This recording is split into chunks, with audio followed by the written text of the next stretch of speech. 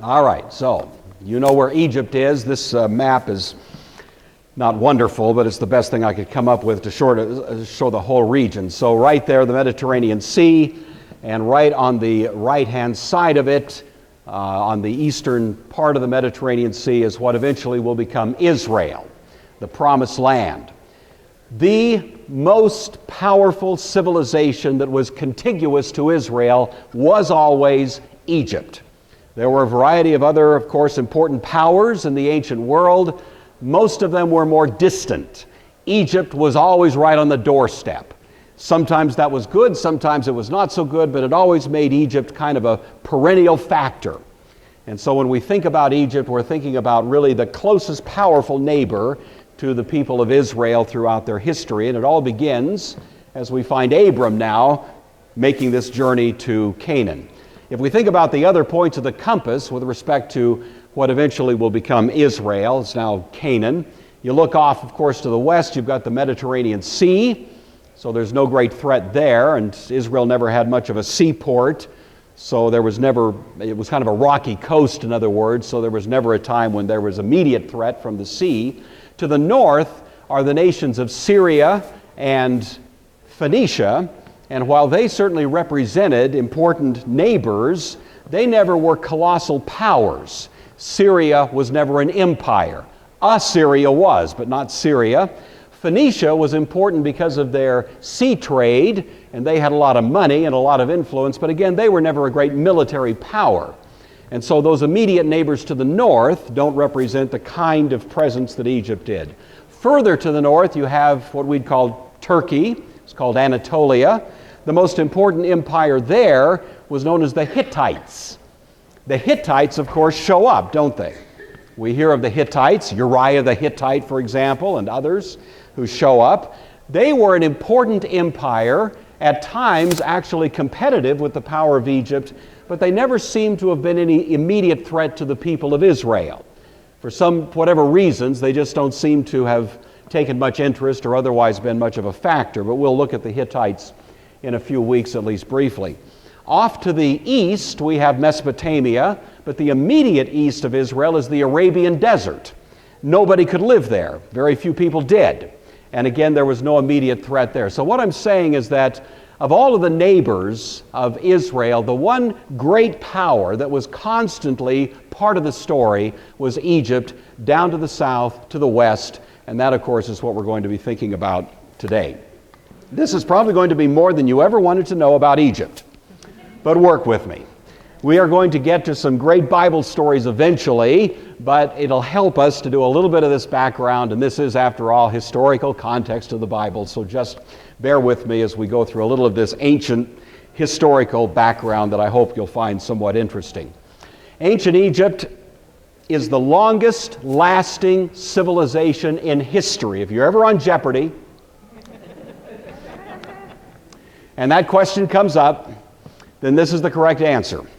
The longest lasting civilization, a constant, persisting civilization, sometimes doing well, sometimes not so well, but always there. There was never a great interruption. It was always there in some form or other, beginning around the year 3000 with the earliest Pharaoh who united all of Egypt, and ending with the last Pharaoh in about the year 30, whose name was the last Pharaoh. Her name was Cleopatra, otherwise known as Elizabeth Taylor. But, and you see, you laugh because you're old, you know. When I say that at school, to high school, they go, Elizabeth who? So we are all in the same generation, aren't we? We appreciate that. But anyway, that is the last Pharaoh of Egypt. And so for some 3,000 years, you have then an ongoing, persisting governance of Egypt by virtue of this line of pharaohs. There's about 30 dynasties, all connecting together to make up the long history of Egypt. It starts, as I say, around the year 3000 BC. It continues all the way down to the time of Rome. Of course, the defeat of Cleopatra and Mark Antony by Octavian, who would become Augustus Caesar in 31 at the Battle of Actium, was the point where Egypt was, in a sense, swallowed up by Rome. And we would say that was the great interruption to Egypt being its own kind of self-sustaining civilization. So we're saying for 3,000 years or so, it was able to pull that off, and that's a record. The dynasties themselves were enumerated by a priest scholar whose name was Manetho, M-A-N-E-T-H-O. The only record we have of his writings is in the Jewish historian Josephus. And Josephus quotes Manetho and gives us these 30 dynasties and all of the pharaohs who make them up. We've independently confirmed a lot of that information by virtue of archaeological investigation and so on, but nevertheless the best intact rehearsal of those is from this character Manetho, who was a priest of the Egyptian world and was writing toward the end of this era. Herodotus, the Greek historian, sometimes called the father of history, he's the first really detached historian. He's a lot of fun. He's kind of a rollicking, anecdotal sort of historian, and he is the first one who gives us what you'd call non-heavily biased history. It's not spin, it's not kind of propaganda, it's just an attempt to give the story. He's writing about 400, and he has a little nickname for Egypt. He calls it the gift of the Nile. And the reason for that is because were there no Nile River, there would be no Egypt. That the only reason that there can be a civilization here is because that Nile River that begins with many tributaries in Africa and gradually grows and so on, eventually becomes this major waterway as it is to this day. And so if you look at a map of Egypt, of course, you immediately are struck with the fact that the Nile River cuts right down through the middle of it and represents this great lifeline. And that is in many ways the reason that the civilization of Egypt could sustain itself for as long as it did. The reason that Egypt depended so much on the Nile and did so well because of it was because the Nile would create this vast floodplain. And so the green on this little sketch you have here is intended to show that every spring the waters of the Nile would overflow their banks and spread out across a pretty wide swath, watering this region and making it, possible to grow crops there. Egypt gets virtually no rainfall. But because of this yearly phenomenon, the overflowing of the banks of the Nile, it could nevertheless continue to produce crops. And therefore, in the ancient world, it was very common for people in times of famine to go to Egypt. And we're not surprised when we hear in the story of Abraham that we just read, that when a famine hit up in Canaan, where there was no rain and there was certainly no Nile River, everybody starts migrating to a place where they can hopefully find food. Therefore, Egypt was sometimes called the breadbasket of the ancient world. And even down to Roman times, to control Egypt was considered to be a very important benefit because that's where you could always depend on grain. Even in famine times, ordinarily, the Nile would still supply this wonderful, rich flow of water, and the grain supplies would be uninterrupted. And so we find that, of course, with Abraham. When's the next time that we find the people of God heading for Egypt in a time of famine? It's the story of Jacob and his sons and so on. We'll be looking at that next week. All right, so that's what's coming. When you think about the topography of Egypt, it's been common in history to distinguish between what's called Upper Egypt and Lower Egypt. And it's counterintuitive. Upper Egypt is toward the south, Lower Egypt is toward the north. We sort of think it was just the opposite, but this is a measurement of the elevation. And so Upper Egypt was called Upper Egypt because it's a higher topography and the water tends to be running down toward Lower Egypt, which is the region of the Nile Delta and so on. So we have, that's the basic lay of the land here in Egypt.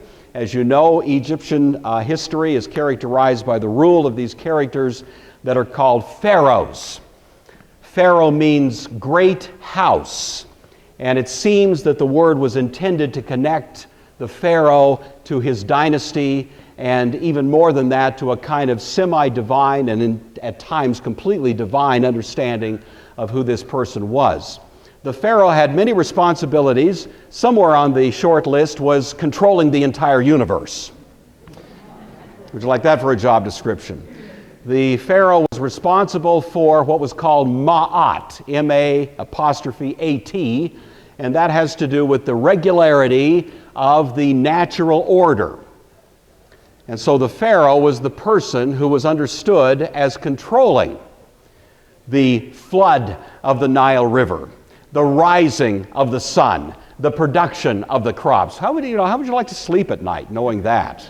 I always wonder when I hear things like this, what did the Pharaoh think as he was going to bed at night?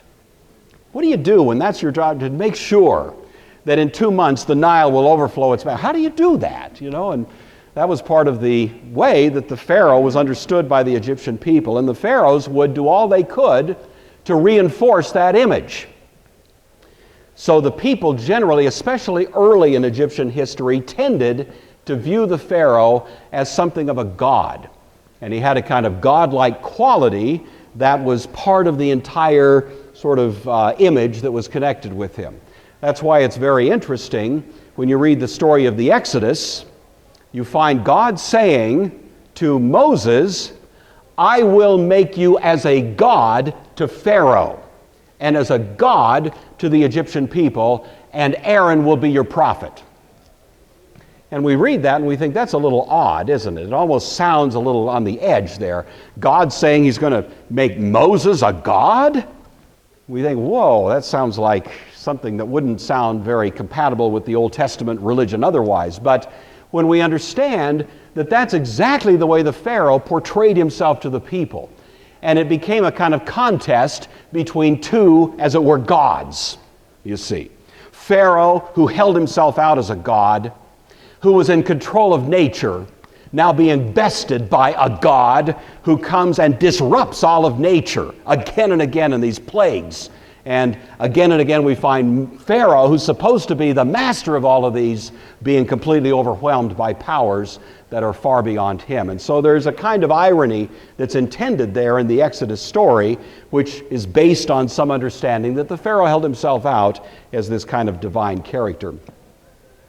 The history of Egypt is divided up between two different kinds of eras, and these are called by Egyptologists commonly a kingdom era and an intermediate era.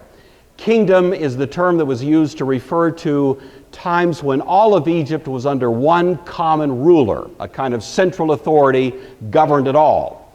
Intermediate periods represented times when the decentralized authority would be taking place, and you'd have control in the north, control in the north, I should say, Lower Egypt, and in the south, Upper Egypt, and basically the control of Egypt was divided between those two.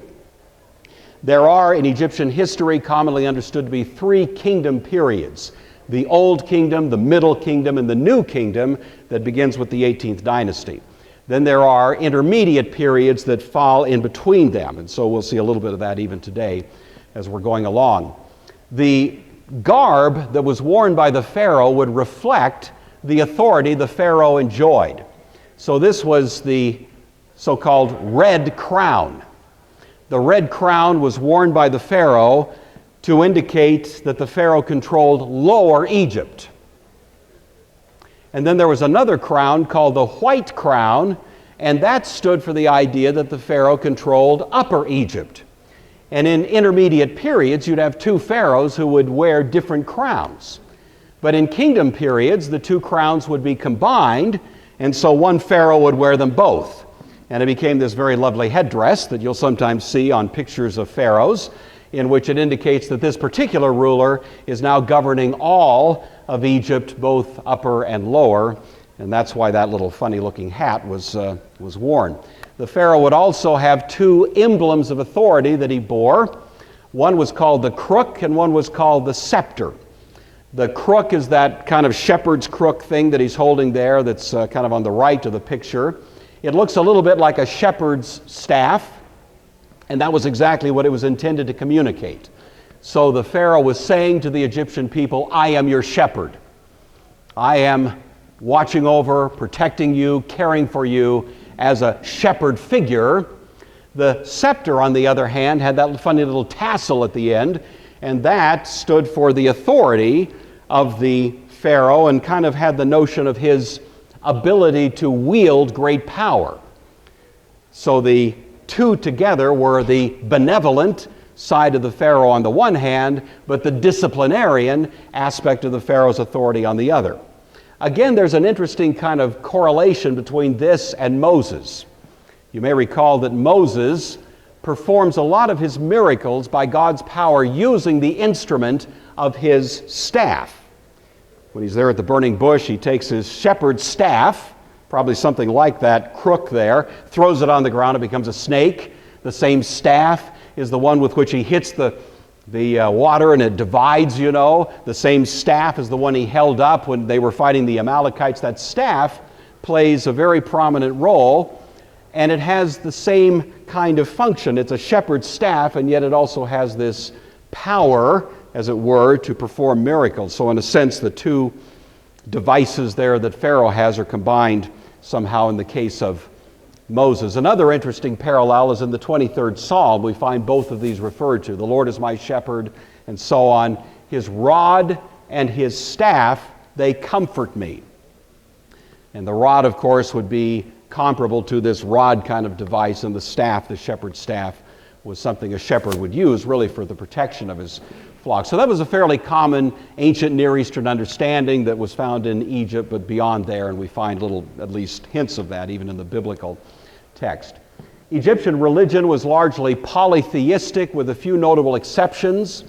There occasionally came monotheistic pharaohs who stood out like a sore thumb against the backdrop of what was otherwise commonly a polytheistic religious outlook. Does anybody know the name, by the way, of the most famous monotheistic pharaoh in Egyptian history? Somebody might be an Egypt trivia buff. Anybody know?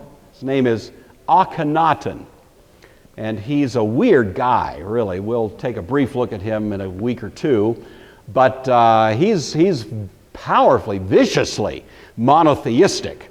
And it's very interesting that he comes along not too long after the Exodus, causing some people to wonder if his monotheism was an echo of the impact of the Exodus on the Egyptian psyche. And this Pharaoh is trying to adjust theology according to what seems to be some new understanding. That's highly speculative. I'm not convinced of it personally, but there have been some who've suggested that. For the most part, however, the polytheistic religion of Egypt involved these animal-shaped gods that come in a variety of shapes and sizes, and they represent, generally speaking, the natural order of things. They also worship the Red Sea because, of course, it was the lifeline of the Egyptians, and so it was viewed as a kind of divine character. And there were others that had a sort of animal shape to them that were worshipped. This, again, becomes part of the backdrop for the Exodus story, because if you know what goes on there, many of the plagues, not all of them, but many of them, in a sense, appear to be poking fun at the Egyptian gods, you know. What is the first plague, for example, that takes place in the Exodus story? The first plague is, come on, you folks that were in Exodus last, you were supposed to remember this. Remember that? It's all there. What was the first plague? It turned the Nile River into blood. Here's the lifeline of the Egyptians. They virtually worship the Nile, and all of a sudden the Nile seems to be attacking them. It's the source of life, and yet now it becomes the stench of death. And right off the bat, their first god is failing them, and in fact it appears to be attacking them, you know. The second plague is frogs. Very good. Because you know that when the water turns to blood, or any kind of whatever it turned into, it was either blood or a blood appearing kind of substance there, fish die. But frogs, they're smarter, they're amphibians, they just hop out of the Nile. And so the text actually says the frogs came out of the Nile. I don't blame them, you know.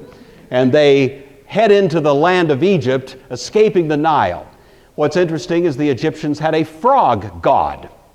And so now it's like the second of their deities is attacking them, And they've got frogs in the stew, they got frogs in the bed, they got frogs here, frogs there. And this great parody on their idolatry is being sort of suggested then by that second plague. The next couple of plagues are insect plagues, What's the natural predator of insects? Frogs. The frogs die. This is kind of ecologic. With the death of the natural predator, in you get these kind of insect creatures. And one of the Egyptian gods was in fact a sort of beetle god that was sometimes portrayed in Egyptian imagery and so on. This is kind of ugly if you ask me, but the ruler was actually pictured as if he had a beetle for a head. This beetle is called Khepri, and it was worshipped. But of course, it may have been one of the plagues. One of the plagues is called flies, but some Old Testament scholars believe the word that's used for fly there is generic enough that it may actually refer to this particular beetle, and that may have been one of the plagues. The next couple of plagues, of course, become boils on humans and on animals.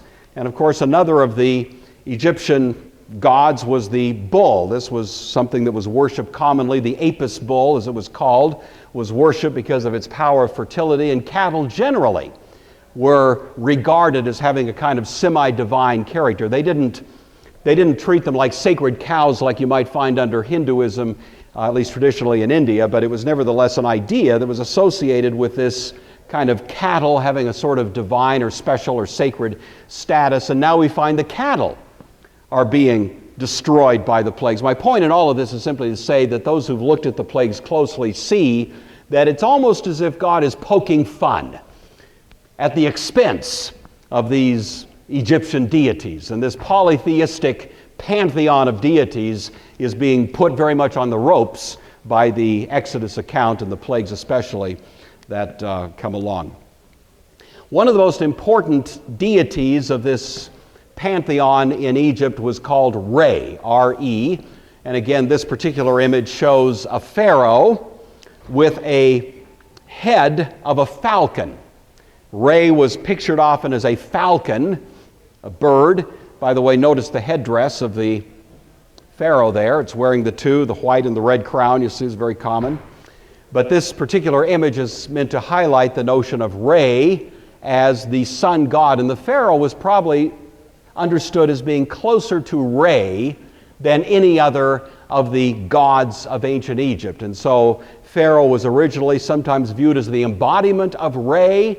Later on was called the son of Re.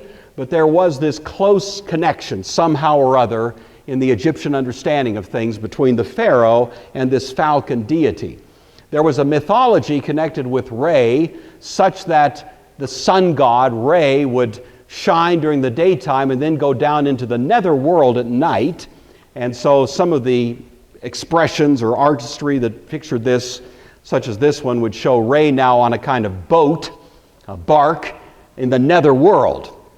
And he's got two deities in front of him and back of him. You see the falcon head there once again. But part of what's going on, part of the Egyptian mythology, was that every night Re would go into the netherworld and fight a great battle with a snake god.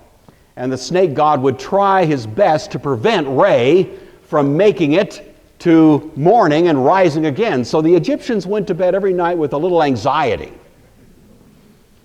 We sometimes talk kind of jovially, well, is the sun going to rise tomorrow, and it's like one of those things that's just a given. We don't worry too much about it. They did worry about it because it was always possible that Re might lose that wrestling match sometime and they'd wake up and there'd be no sun.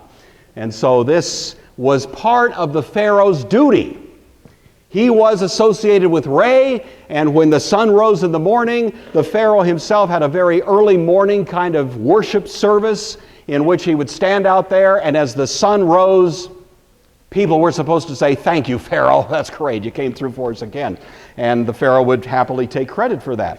That's why in the Exodus story, we find that Moses occasionally would confront Pharaoh early in the morning, because Pharaoh would be out there once again doing his morning routine to get the sun to rise, and it was at that moment that Moses would come and confront him with threats of coming plagues and that sort of thing. It also may be behind the description of the killing of the firstborn in Egypt, because you may remember it took place right at midnight. And midnight was the moment when this wrestling match was supposed to take place. And so the very fact that that moment is chosen may have been, at least in some measure, another indication that Ray lost the battle, and that the firstborn dying throughout Egypt was going to be some great evidence of the fact that this great calamity represented a failure on the part of Ray. It also may be behind that plague of darkness when the sun will not shine. You see, all of that may have been poking fun, especially at this particular god. This remains somewhat speculative, but at least there's some indication of it. I think my favorite Egyptian goddess is named Nut, N-U-T. The Egyptians had a cosmology not unlike the Mesopotamians. They understood that there was a netherworld below them. There was a great dome sort of thing, what was called a firmament, an expanse above them. It was semi-solid. And for the Egyptians, that dome above them was actually the goddess Nut. And this is one very typical example of the artistry that depicted that. If you see what's going on, you see two legs on one end, arms and head on the other, and a very long, strange body there. This gal did not have much of a figure, but she was the one who stretched herself out and protected the world that was beneath her, largely the Egyptian world. And then above her, of course, are the stars, which would be, in a sense, visible through her. So you have this notion of a protective deity there that makes up the kind of outer reaches of the sky and so on. The legendary founder of Egypt, the first uniter of the Egyptian world, north and south, was a guy by the name of Narmer, N-A-R-M-E-R. This is very, very round numbers, sometime around 3,000.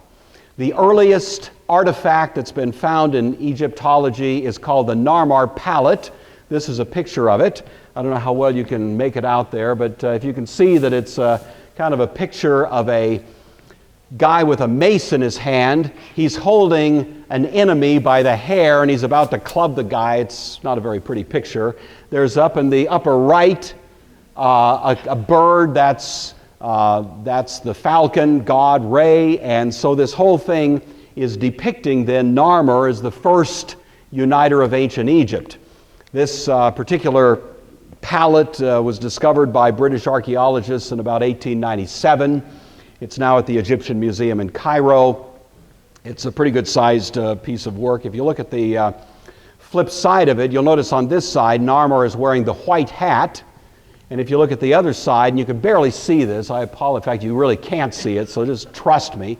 But in the upper left is another picture of Narmer, and he's wearing, in this case, the red hat. So this seems to be an indication that this is the first pharaoh to unite, rule over the entire land of Egypt, and it takes place about 3000 BC. That's the first dynasty. Second dynasty is when we begin to see evidence of these rather elaborate burial procedures, which begin in the second dynasty with the use of a burial facility called a mastaba. And this would be a typical example of it. A mastaba was an above ground kind of flat sort of structure, and then down beneath it would be these burial chambers, and you got to them by escalator. It's an amazing thing. Just checking. And so the burial chamber down below, these could become somewhat elaborate, with tomb robbers, that kind of thing being a concern. Sometimes they would make this somewhat elaborate kind of defensive mechanism, so that was the basic structure. By the time we get to the third dynasty, somebody came up with the idea of stacking these mastabas, so that rather than just having one flat structure, let's have half a dozen, each one built on the last one, and it becomes then the first evidence of what eventually will be a pyramid. This is a famous sort of stepped pyramid, as it's called, by Dozier. He lives about the year 2600 BC. This is associated with the third dynasty. And then the fourth dynasty is the famous pyramid builders. Now this is 2500 BC, you see. This is a lot of work being done at a very early period. This is well before the birth of Abraham. This is well back of the times we've been looking at in other discussions. But here, sometime around 2500 BC, our best estimate is that these three great pyramid builders, Khufu, Khafre, and Menkaure, build these superstructures. How they did it remains a colossal mystery. The engineering that went into moving these multi-ton rocks to the top of this still defies any explanation short of space aliens. So I'll just leave that to your speculation. But anyway, they're remarkable. I'm sure some of you have actually visited the pyramids up. Who's actually seen them? So a few of you have, and I'm sure it's quite a sight. I never have, so all I've got to go on are photographs here. Well, it seems that Egypt kind of spent itself after this great building campaign and so on, because from this point on, for about 500 years, Egypt goes into something of a period of decline. We don't have any great pyramids being built. We don't have really much of anything going on. It actually becomes an intermediate period for a time, taking us down to about the year 1991. A new era begins with the 12th dynasty in the year 1991. Remember, Abraham was born 1951. So the rise of the 12th dynasty corresponds generally with the birth of Abraham and the beginnings of the story of redemptive history in the Bible that we associate with him. But this takes place about the beginning of the second millennium BC. One king that came along that was fairly early in this dynasty was named Senusret, or Sesostris. You'll hear it either way. The second, he's in 1889.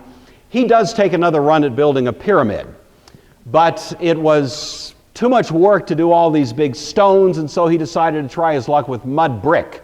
And that's the way it turned out. It looked pretty good at the time, but of course over the ages, mud brick doesn't have the same staying power as stones, and so we find that that was really the best effort. The Pharaoh that's of interest to us in terms of the story of Abraham is named Senusret III, a successor to the one we just looked at. He reigns from 1878 to 1841. He's usually depicted as a very sober, serious guy that seems to have the weight of the world on his shoulders. He seems to have been a very thoughtful character. He does do some military campaigns, but the general impression of him is that he was someone who took very seriously his responsibilities for the well-being of his people. He seems to have been a fairly decent guy, in other words, which was not true of all of the pharaohs that came along. He was certainly the most powerful of the 12th dynasty, and at least if our chronology is correct, it's at least possible, I won't say it's probable, but this is as good a guess as any, that this may be the pharaoh that was visited by Abraham in the story that we just read. Senusret was famous for quite a few different things. Probably the most famous residual effect of his building efforts was this mud brick fortification that's found in the southern part of Egypt, and it was defensive against Nubia, which lay to the south, or Ethiopia, and so that's still a site that can be visited to this day. All right, so this is Senusret III. Like I say, we don't have a huge amount of data on him, but I'd like to assume that he's the character that's in mind in the story, and come back now briefly to this story that we have here of Abraham visiting Egypt, and at least some of the background to this story hopefully will be based on what we've just been talking about. But if you recall, we were just reading it, we have a famine in Canaan. And as was very common, people would head for Egypt in times of famine. That was precisely what happened, and so the story, at least in that sense, is completely compatible with what the normal practice was in the ancient world. As they were entering Egypt, Abraham says to his wife Sarai, "I've got an idea. When the Egyptians see you, they're going to recognize your beauty." This was, in fact, also very consistent with what was known. The Egyptian pharaohs loved foreign women, and they were generally regarded as more beautiful. I'm not making any judgments at this point. I'm just saying that that's pretty much a well-established fact. I think partly because they were just seen as exotic. And so there was this expectation or fear that if someone that was a particularly attractive woman who was clearly foreign might make her way into the region of Egypt, that might attract the attention of some of the upper officials in Egypt, and depending on who she was and what her status was, it might even reach the attention of the Pharaoh. It does suggest to us, something I was mentioning to you the last week or so, that Abraham is not just a wandering Bedouin. He's not just a guy with a tent and a donkey, who's showing up with 2 or 3 people. Abraham, the evidence of this biblically is that if what the Bible is saying about him is taken seriously, he was a major sheik. He had several thousand people who were associated with him. He was viewed as some kind of political/religious leader. And so when he shows up, it does get the attention of people who notice these kinds of things. And so for Abraham to show up with a very beautiful woman in his company, he had reason to fear might reach to the attention of Pharaoh. Combine that with the fact that it was not unprecedented for pharaohs to kill husbands and take wives. They did do that. Now, the earliest actual example of that is Ramses II, who is somewhat later. We don't have anything like that this early, but the precedent at least was later, and it may have been an earlier practice. So Abraham may not be completely off his rocker at this point to fear that Sarah may get the attention of the Pharaoh and that this may go poorly for him. And so when he says this to his wife, we can understand from a human point of view why he would do such a thing. Commentators, however, say, no, ain't gonna fly. As much as we'd like to rehabilitate Abraham's image, can't do it. You shouldn't have done this, Abraham. So he universally gets the critique of the commentators, and of course it gives us the first lesson we need to learn from this. My first Sunday school lesson this morning, I try to get at least 1 or 2 in every week. Trust God. Sometimes it's difficult. It will always be counterintuitive. There is always a way that seems right unto man. Always. And there is always a way of obedience. Now, sometimes they're the same way, but often they're not, especially in circumstances where the threat just doesn't look like anything you can escape, and we have to trust God. And that's what Abraham should have done. Now, I have to say, if I'd been in his shoes, I'm sure I would have done worse things than he did, and maybe you feel the same way. But the fact is, the lesson we have here is that when we are put into these opportunities, we need to trust God, and that He will, in fact, protect us and care for us, and that we can have confidence in that. So here they go. They arrive in Egypt, and sure enough, she is noticed, and a report is given to Pharaoh concerning Sarai, and she is taken into the harem. We're given to understand from the text there was never any intimacy between Pharaoh and Sarai. She was probably kind of there and waiting, her turn sort of thing. These pharaohs tended to have huge harems, and so that would not be unexpected. It does seem to be that this was all consensual. It's not as if she was kidnapped or otherwise some sort of abusive, intrusive kind of thing. Apparently, it was a freely negotiated arrangement, and that would be consistent with the way these things would have been done. We certainly see the evidence of a handsome bride price that's being paid by the Pharaoh. He gives Abraham all kinds of stuff, sheep, oxen, male donkeys, male and female servants, and so on. And so the Pharaoh is very lavish, and at least the impression we have is that Abraham accepts all of that. I don't know how he felt about it when he went to bed that night.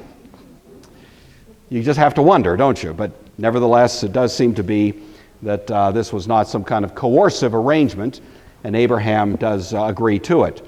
But God afflicted Pharaoh. This is the next Sunday school lesson. God is in control.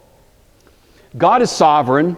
He is not going to be put on the short end of the transaction by any human being. He is the one who governs heaven and earth, And in this case, of course, he was doing a whole lot more to protect Sarah than Abraham was, and he steps into the picture and afflicts Pharaoh and his house with great plagues.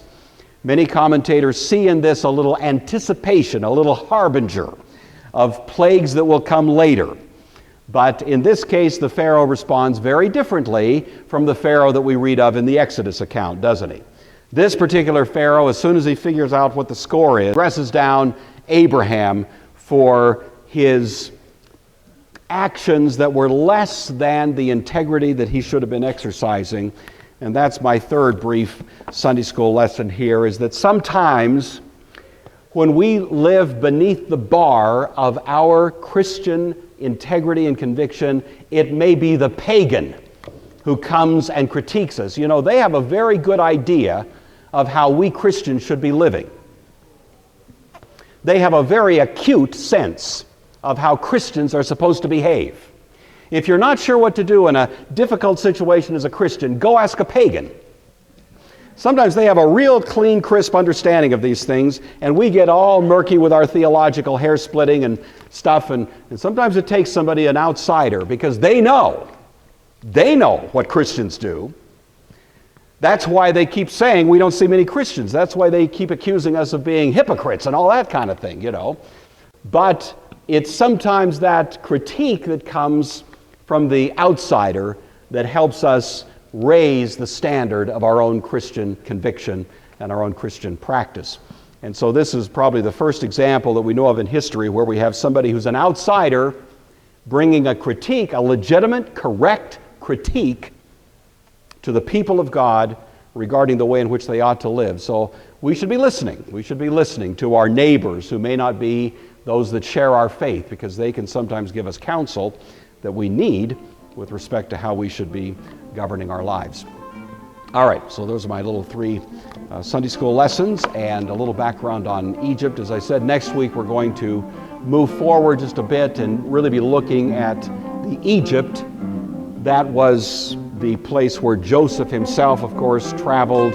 He became the vizier of the Pharaoh, and that whole story of the movement of God's people into Egypt is going to be our subject then.